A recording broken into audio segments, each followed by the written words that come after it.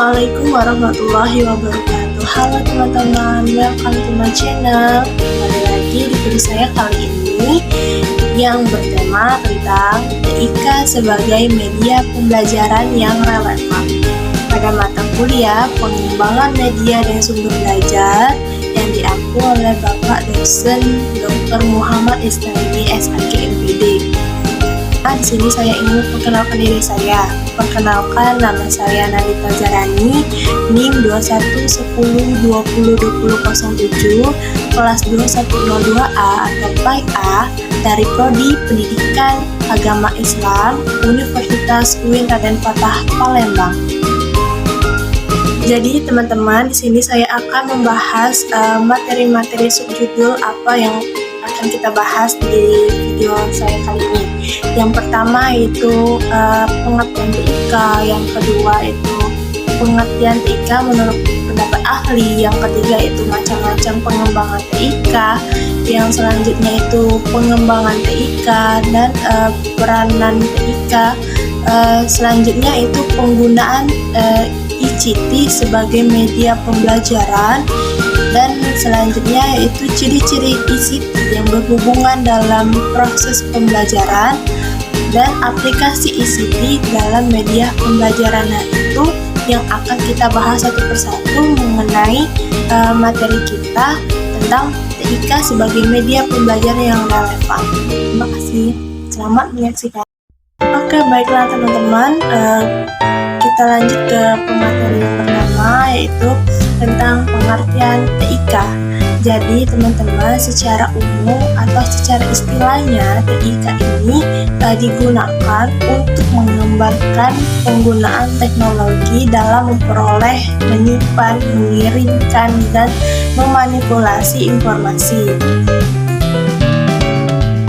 Nah, jadi teman-teman, ICT ini adalah Information and Communication Technology atau teknologi informasi dan komunikasi. Nah, istilah ini digunakan untuk menggambarkan penggunaan teknologi dalam memperoleh, menyimpan, mengirimkan, dan memanipulasi informasi. Nah, jadi teman-teman, materi yang kedua itu pengertian ICT atau TIK menurut pendapat ahli. Nah, di sini saya mengutip menurut pendapat ahli dari UNESCO. Jadi menurut beliau, ICT atau TIK ini merupakan konsep yang melibatkan penggunaan teknologi komunikasi seperti telepon, radio, televisi, serta komputer dan perangkat lunaknya untuk memproses, mengubah, dan menyimpan informasi secara digital. Nah, selanjutnya materi yang ketiga yaitu tentang macam-macam pengembangan ICT ataupun TIK. Jadi ada beberapa macam-macam pengembangan ICT atau TIK yang dapat digunakan dalam proses pembelajaran PAI, seperti penggunaan perangkat lunak pembelajaran atau perangkat lunak presentasi multimedia, terus e-book dan materi digital seperti teks. Selanjutnya video pembelajaran, aplikasi mobile. Nah, di aplikasi mobile ini bisa kita manfaatkan seperti merekam video pembelajaran. Selanjutnya itu virtual reality atau singkatannya itu VR, yang dimana berfungsi untuk melakukan perjalanan virtual ke tempat bersejarah yang terkait dengan agama Islam. Selanjutnya itu pembelajaran berbasis multimedia, yang dimana pembelajaran berbasis multimedia ini merupakan presentasi multimedia tentang cara-cara sholat ataupun wudhu dan sebagainya. Selanjutnya itu pembelajaran berbasis e-learning. Nah, berbasis e-learning ini merupakan aplikasi pembelajaran mobile ataupun aplikasi seperti Al-Quran.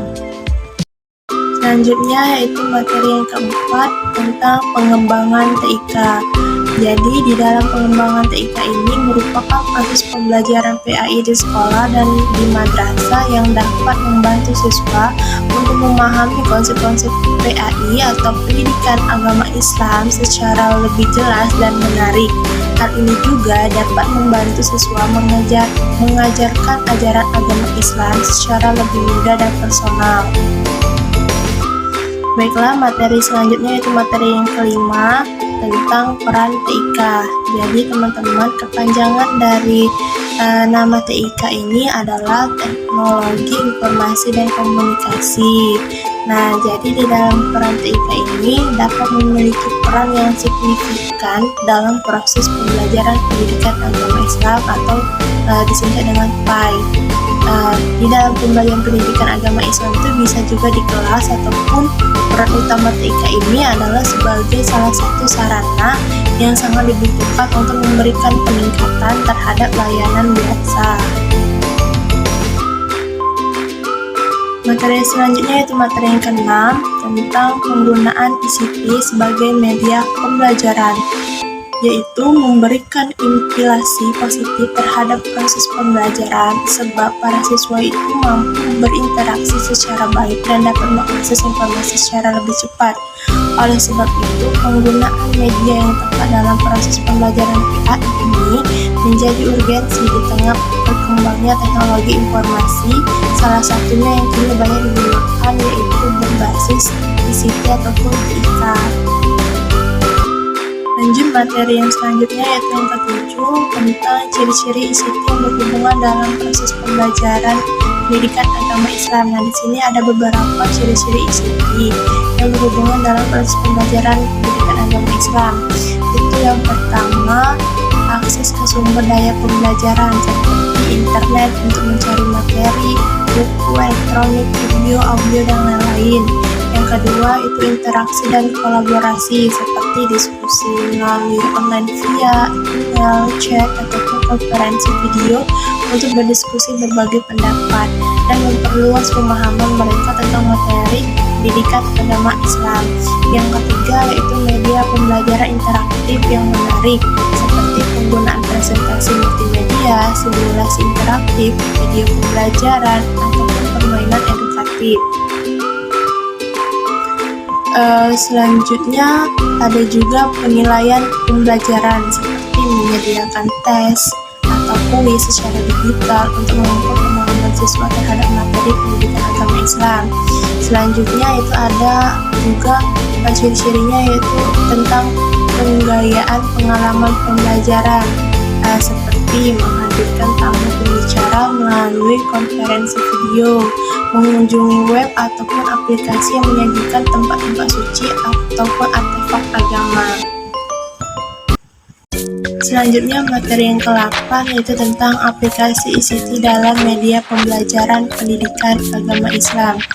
Jadi di sini ada beberapa contoh aplikasi media pembelajaran elektronik yang dapat digunakan dalam pembelajaran pendidikan agama Islam, yaitu aplikasi mobile yang dimana aplikasi ini dapat memberikan akses mudah ke konten dan menyediakan latihan interaktif seperti kuis ataupun evaluasi untuk menguji pemahaman siswa.